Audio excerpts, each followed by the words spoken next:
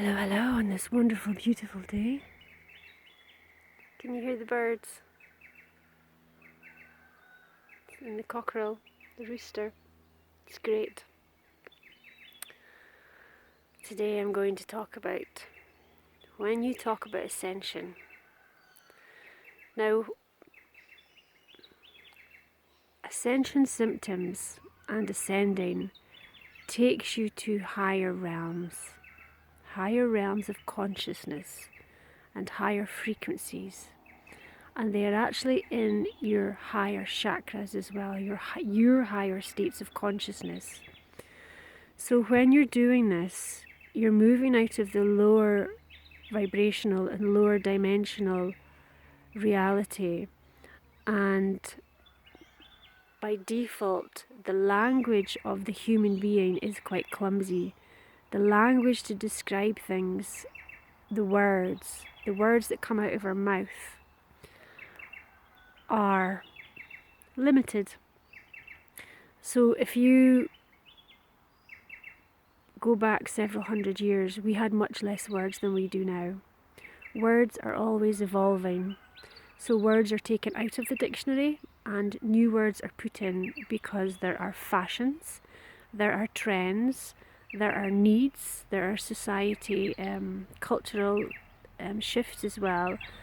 And there are some things that we just don't use anymore, so we will have technological advances as well. So when, getting back to ascension, when you're having some experiences, they are through the heart, they are through the higher dimensions, and they are finely sensory, much more finely tuned. So when we use words, what we're actually doing is taking really high vibrations, really fine energy, and bringing it down into the words that we have to describe things at this moment. Now this is where the split happens, because if you share your experiences with someone, taking it down, and it comes into your human body and comes out your mouth, you've already lowered the vibration.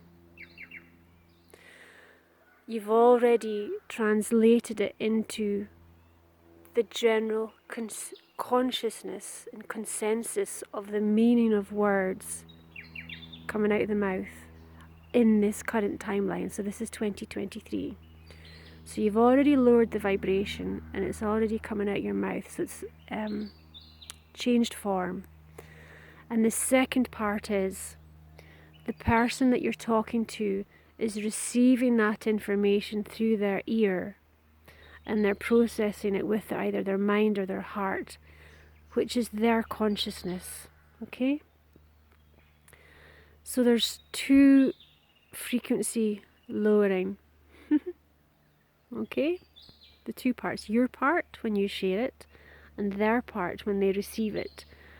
And you might have the greatest friends, the greatest confidants, the most awakened network, but it's always down to perception, because this is experiential.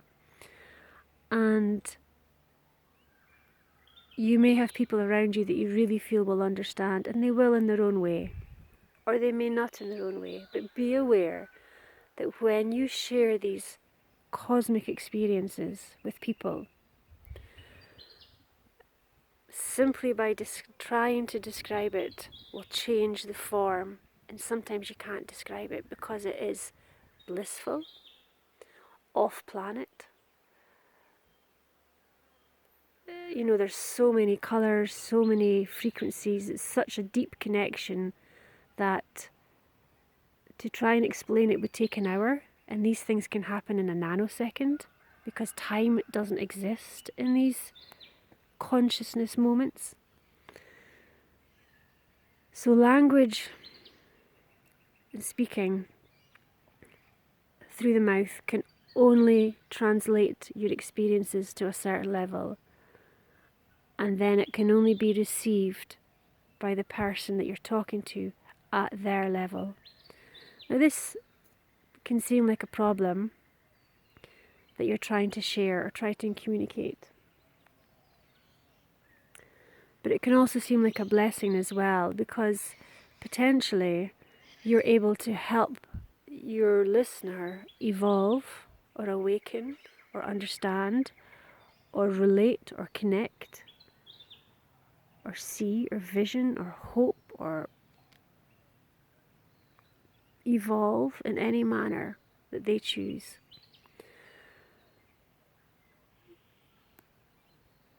The best way I have found, and the way I teach, is that everyone's experience is valid.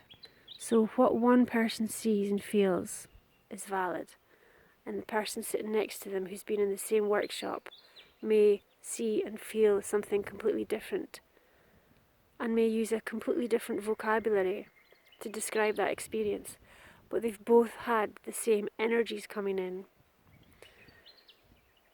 So the point of this is, be aware of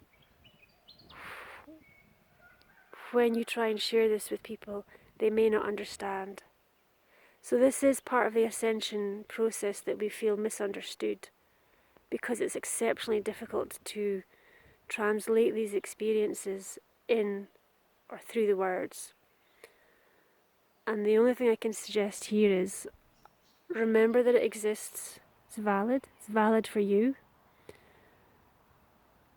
Find a like-minded tribe, find like-minded people who would understand, or at the most would allow you to express yourself in this manner without judgment, condemnation, and be respectful that this is your experience, and learn more about it, and learn to understand it, and love it. Love that this is happening to you, and higher dimensions are connecting with you, and you're able to connect with higher dimensions and anchor them into your human experience. So remember, it's valid. Find like-minded people and enjoy it. And remember that you're never ever going to be understood by everyone. And those that don't understand,